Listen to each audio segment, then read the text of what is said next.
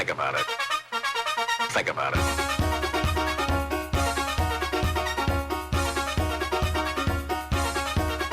Think about it. Welcome once again to High School Basketball Weekly. I'm Tim Morey alongside of my broadcast partner, Rick Bua. Another edition of High School Basketball Weekly, and we're happy to have Rick here again with us in the studio. Feeling a lot better, I'm sure, Rick. Yeah, traveled a couple of weeks ago, came back with a virus, Tim, and I'm much better, thank you. Yeah, it's good to be back to the studio, and can't wait to start doing the games again. Well, we've had a lot of action as this ski season now is starting to kick into high gear. We're already really through the first quarter of the season, Rick, and looking at the action that we've had, we start off with Drury. The boys have really kicked it up a notch, and they're really on a roll, Rick.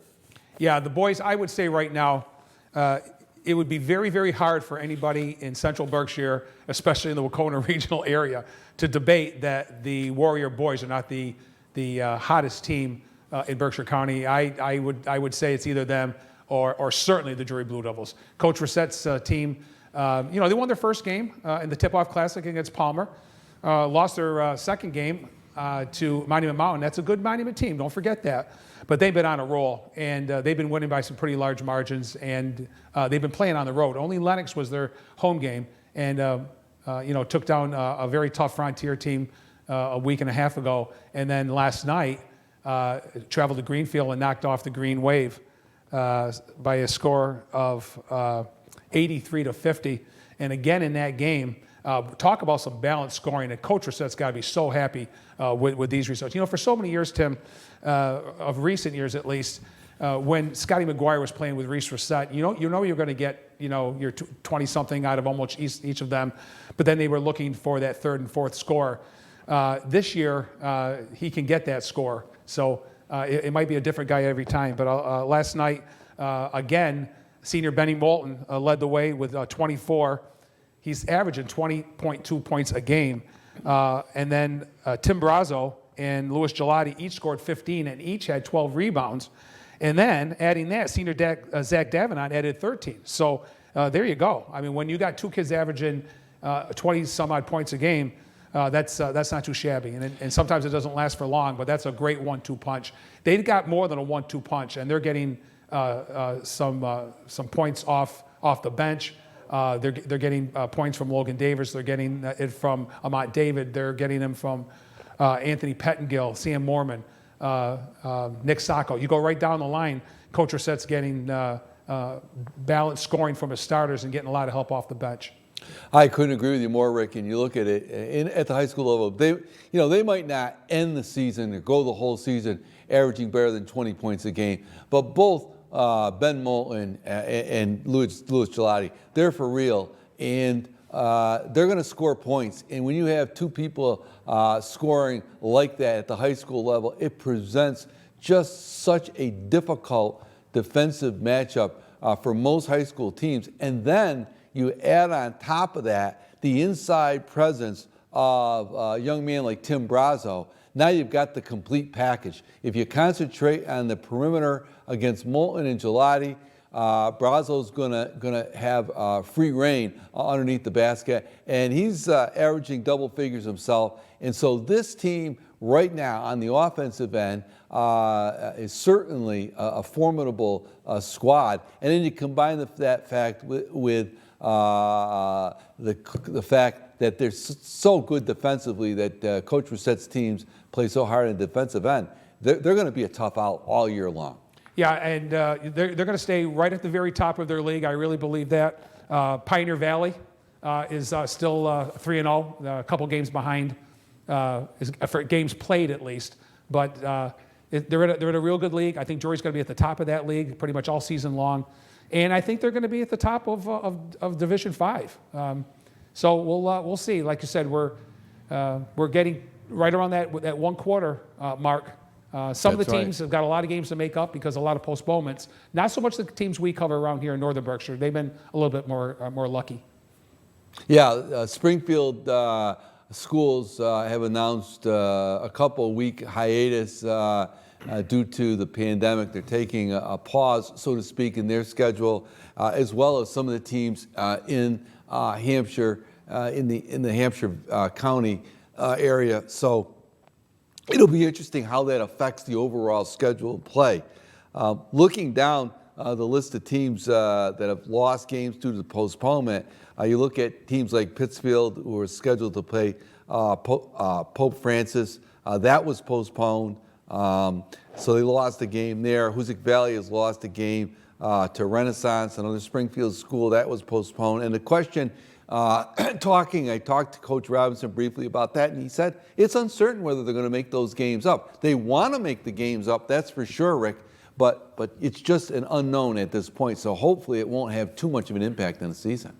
Yeah, I really hope so. It's a lot of schools haven't played as many games as others have, but as you get after right after the 2022 turns around here next week, it's going to be fast and furious right till early February. So it's a lot of open dates. They may not be able to play. We'll see.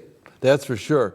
Now, McCann Tech, Rick, they did not play during this past week. They will play, and they get going into their league. They're going to play. They played Pathfinder, and they're going to have more league games in the coming week. So at 1 and 2, McCann Tech is going to start to really swing into play here. And again, it'd be interesting to see how they fare in their league play. Yeah, they played 2 or 3 games early on, and then that was it. They had a couple of postponements. So Chris Bullitt has had his kids in the gym practicing all this time. They did not have a game postponed last week, Tim. That was part of the normal schedule. But nevertheless, it was practice, and we'll see how they won their last ball game. They're at 1 and 2, and as you said, they're hosting Pathfinder on the 29th. So hopefully they'll come out with a win there. Likewise with the Greylock boys, Rick, didn't play. They stand at 2 and 2, and they've got a game tonight against Monument Mountain. And you know their play interspersed back and forth between their league and out of league play, so to speak. Interspersed, they're going to play Hoosick Valley down the road. Of course, they play Drury. So Greylock 2 and 2. And this team, as we've talked about previously, they're solid, they're young, but they have a lot of talent there, and they'll be in the mix, no question about it, in terms of tournament eligibility. They will down the road, there's no question about that. Coach Thistle will have them ready night in and night out. This game is going to be a tough one. You know, this is a very, very good Monument Mountain team. I know they're 2 and 2. The Mounties are 2 and 2. Monument's also 2 and 2. But Monument also lost to Wacona and Hoosick Valley. So it's that thing we talked about last show, Tim, or the show before, when you and I talked about Drury, Wacona, Hoosick Valley, and Monument Mountain. Throw them in a hat and pick one, and you might pick somebody different all the time. They could knock each other off. If those teams played each other 10 times, they'd probably all win 5 apiece. That's how close it really is. They're right. all very good, talented basketball teams. Right. And although they don't play each other in terms of the county action as much as they did, the teams in Berkshire County have acquitted themselves quite well early on in this season. And as you said right at the top of the broadcast, Wacona undefeated at 4-0. They look very tough. Drury has gotten off to an outstanding start in their competition, as well as Taconic and Pittsfield. So the regular powers of Berkshire County, they're out there playing, and they might not be playing each other as much as they used to. But when they are playing, and they're playing down county, out in the Hampshire County, Pioneer Valley, they're playing good basketball. Yeah, they are. And Tim, you mentioned those 4 teams. And, we have a 30-minute program here that we do weekly. And we don't get ample opportunity all the time to talk about the Central Berkshire or the Southern Berkshire schools. But I got to tell you that Coach Belcher's Warrior boys team is very, very talented, and they're very young too. So it's going to be interesting to see. They're coming up to play Drury tomorrow, the 30th, and that's going to be a tough game for both teams. I like Drury at home, and it's going to be a very formidable opponent. And they have an outstanding scorer, Brady Culver. Right. And he is averaging 25.5 points a game for his first 4. So he talked about earlier about how hard it is for a young man to keep that average going through an entire season, and we'll see what happens there. But he's been Coach Belcher's leading scorer all the way through, and he's a tough kid to stop. Yeah, they are, and much like Drury, they have the balanced scoring attack. They have some decent size. They play that zone defense that can cause problems for a lot of teams at the high school level. They're a complete team along with Drury, and right now, for my money, I think that's going to be a whale of a game between the two best teams in Berkshire County so far in boys basketball. Now, I know Hoosick Valley would have a lot to say about that, Rick. They're off to a good start at 3-1, and it looks like Coach Robinson is rounding his squad into good shape. Yeah, after that tough loss that they had, Tim, at home about a week and a half ago, they took on the Mount Anthony team from Bennington and trailed by 8 at halftime, but had a great second half. They outscored Mount Anthony 43-24, and they won that ball game in Cheshire 67-56. And Frank Field, the outstanding sophomore, is having an incredible season. He's averaging 20.5 points a game. He led the Hurricanes with 24. Carson Meswar, the old reliable senior point guard, who's averaging 23, scored 22 that night. So again, here you go, two kids on the same team scoring over 20 and averaging over 20. So that's a great 1-2 punch there. Then you add in some of your other senior leaders, and you throw in Joey McGovern. They're going to get some balanced scoring, and Coach Robertson's got to be very happy with the combination of his senior leadership and his younger kids. Yeah, that's right. And at the high school level, as I've said over the years, you can find 40 points a game out of 2 players. You're going a long way every night towards sort of filling out your offensive production. And what right now you see in Hoosick Valley with Carson Meswar, Frank Field, he's giving them back and forth better than about 40 points each night. Wacona can say the same thing with Brady Calvert, Jess Chapman, and of course Drury we talked about, Louis Gelati and Ben Mullen. It's quite a luxury to have that offensive firepower. Yeah, it is. And you could see that coming last year when McGovern and Field were first years and starting and contributing to that incredible winter season that Coach Robinson had with his kids last year. So, everybody loses seniors, and he had a couple that he lost himself, but he had to feel pretty good about what he had coming back this year, and they're playing pretty good basketball. I also want to mention someone that scored double figures in that Mount Anthony game, and that was Caleb Harrington with 15. So there you go. You get 2 kids over 20 and a 15. That's basically what a team scores on a night. And not to look too far down the road, but it makes me think of that matchup that we're going to be covering live on January 22nd when Drury goes to Hoosick Valley. That's going to be quite a matchup between those 2 teams. You're going to have 2 players from Drury, 2 players from Hoosick. They might all be averaging near or in excess of 20 points a game. So that should be quite a matchup between those 2 outstanding teams. Yeah, we've got about 3 weeks to prepare for that. But that's one that you put on your calendar, especially right when there is no Berkshire County basketball. There's no North basketball anymore, so it's not a home and home with the Hurricanes and the Blue Devils. So this year the Drury girls hosted the Hurricanes, and this year the Hoosick boys are hosting the Drury boys. So it's going to be a great one. It's going to be live from Cheshire. And Tim, you know this as well as I do.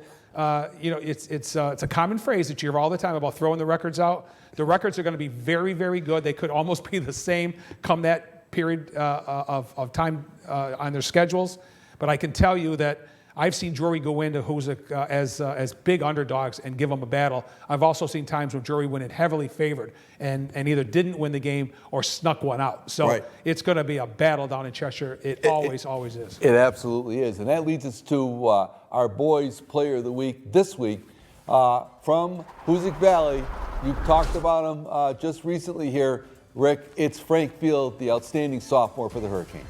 Yeah, even though they only played the one game against Mount Anthony, that certainly put Frank in as player of the week. And Tim, we like to give as many accolades as we can to our local student athletes.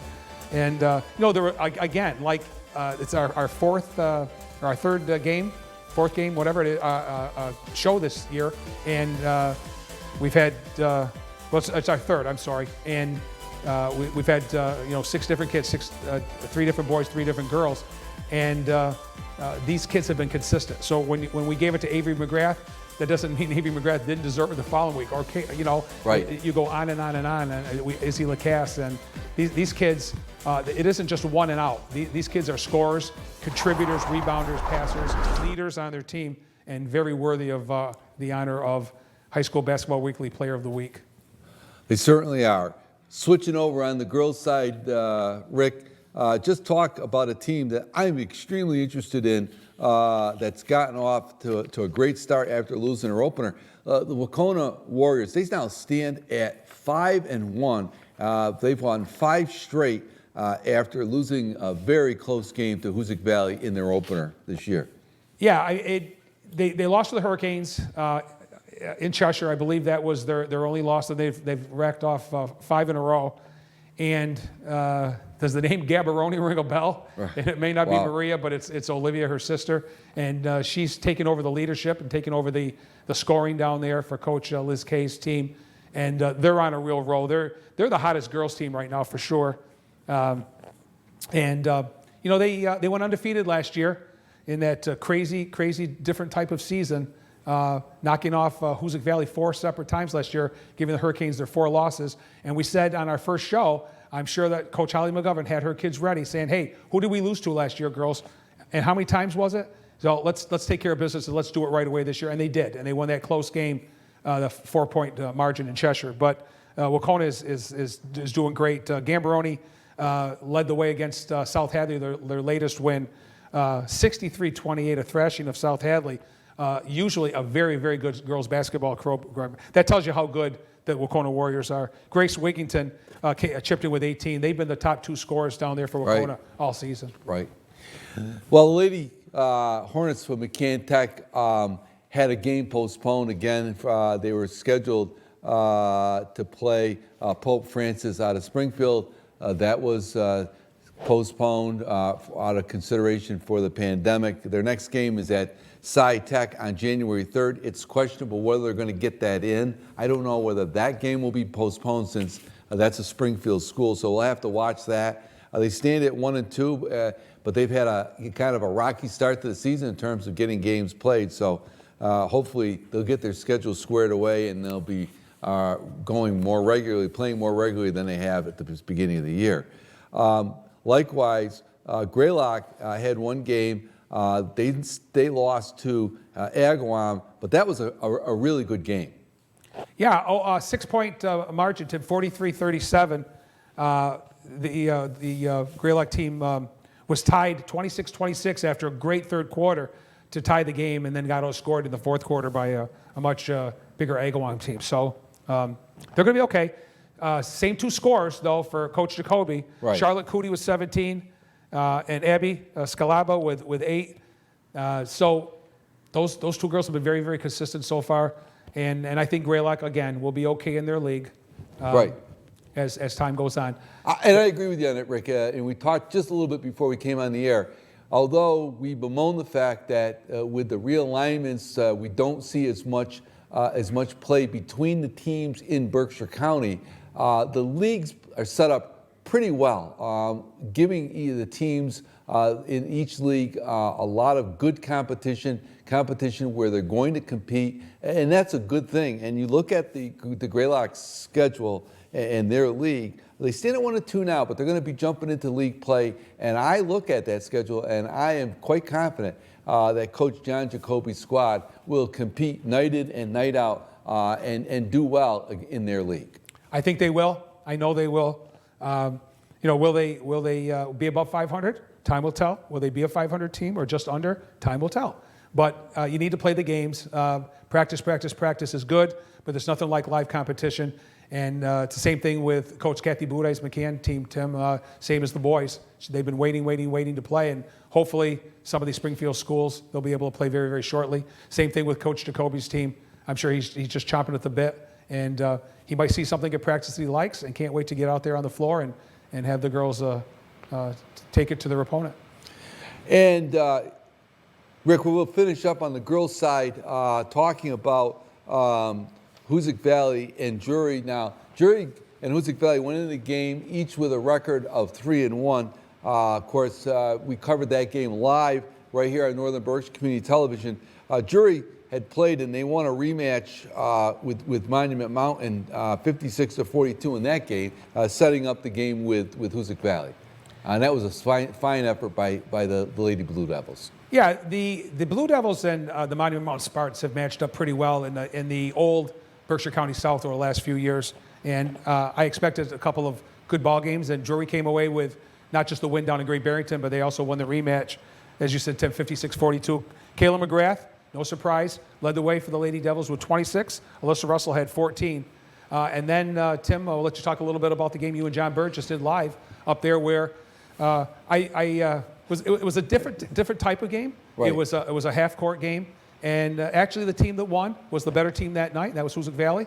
And turnovers did play a major role in the first half for the Blue Devils, that's for sure. Right, I think you're right, Rick. We covered the game live, both John Bird and myself, and I know you watched the game at home and had some observations about it as well. This was a hard-fought game by both teams, and I have to tell you, I was especially impressed by the effort by the Lady Blue Devils of Drury in this respect. Hoosick Valley came out and jumped out right away against Drury and led 11-0. And there were points in the game where you said to yourself, well, Hoosick Valley is going to run away here.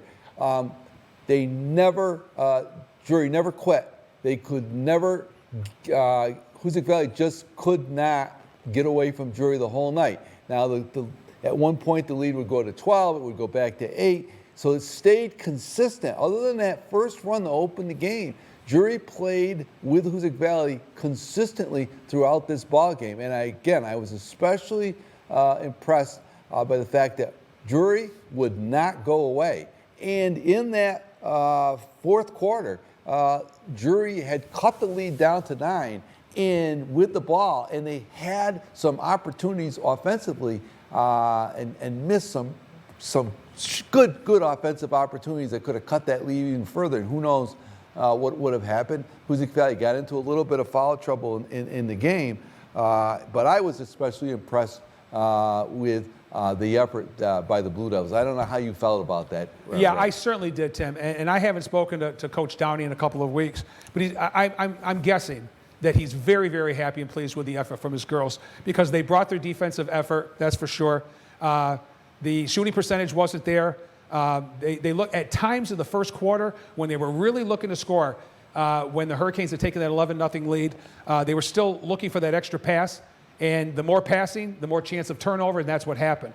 And you know what? What I saw from the second quarter on, when they actually stayed even with the Hurricanes, was that they started taking shots. Now the shots aren't all going to fall, but you got to put the shots up. And John Bird had mentioned that with you at the game. You got to put the shots up. And they had some open looks they didn't take. And one of the differences was Hoosick Valley did a really, really good job driving baseline, yet shutting off Drury's baseline. Right. So the kids kind of mirrored one another, both the Hurricanes and the Blue Devils, with the way that they passed the basketball, the way they dribbled it, the way they tried to spin dribble in the paint to look for an open shot. And one of the differences, even though she wasn't the high scorer, was Gabby Billets, who got shut off by Agawam last week, Tim, based on size alone. And Gabby's not used to that, and she had a little bit better time with the Blue Devils in the paint. Most of her four hoops were down low, which they come from anyway. But the effort was there from Drury. Coach McGovern's team came in favored and was the better team. But it was a different type of Drury Hoosick game where it kept your interest for the whole game. It really wasn't over until it was over. Yeah, absolutely correct. And for Hoosick Valley, of course, they were led once again by Avery McGrath. They had balanced scoring. Avery McGrath had 12. Taylor Garabedian added 9. And as you indicated, Gabby Billets had a bounce-back game, had a lot of rebounds, and she also had 8 points off for Hoosick Valley. Drury led once again by Kayla McGrath. She's a force in there. She had a game-high 17 points, and in recognition of her effort against Monument Mountain and Hoosick Valley, she's this week's Girl High School Player of the Week, Kayla McGrath. So in the newspaper, Tim, it was kind of billed the battle of the McGraths, and Avery was our Player of the Week after week number 1, and she's averaging over 20. Kayla, the outstanding senior student athlete from Drury, also averaging over 20 points a game, had an incredible week and is very worthy of the honor of our girls Player of the Week. Yeah, she certainly is, Rick. And the observation from Kayla, it seems like, both Kayla and Avery, you talk about these girls. It seems like you've been covering them forever because they've been playing and starting for so long for each of their respective schools. But what impresses me about Kayla is she takes it hard to the basket, which she creates a lot of contact, a lot of foul situations for herself, but she can also shoot it from the perimeter. So again, she presents some real defensive headaches for a lot of teams because she has those two skills, and that's tough at the high school level. So she's going to have a great year. There's no question about it, and she is the catalyst for Coach Ian Downey's Blue Devils, and I think we're going to be hearing a lot more about Kayla as the year goes along. But she's our Girls High School Player of the Week, and it's well-deserved for sure. Rick, we do have our coming up, our game of the week, a game which you're going to be covering for the Drury Blue Devils. That's going to be a good one. Yeah, it's going to be January 3rd. It will not be live, ladies and gentlemen, but it will be replayed 3 times. So watch your channel 1302 listing for the games. And I'll be up there doing the Hopkins Academy versus Drury boys game. Can't wait to get up there. And haven't been up there this season, Tim, but Drury's, like I said earlier, they've been on the road. So they need a little bit of home cooking. So that's a short-lived homestand, but nevertheless, they'll all even out at the end. So looking forward to that game, Hopkins at the Drury boys. Absolutely. And of course, once again, before we close out here, we want to remind you that you can see High School Basketball Weekly every Thursday night at 7:30. Saturday morning, again, rebroadcast at 10 o'clock, and Sunday at 7 p.m.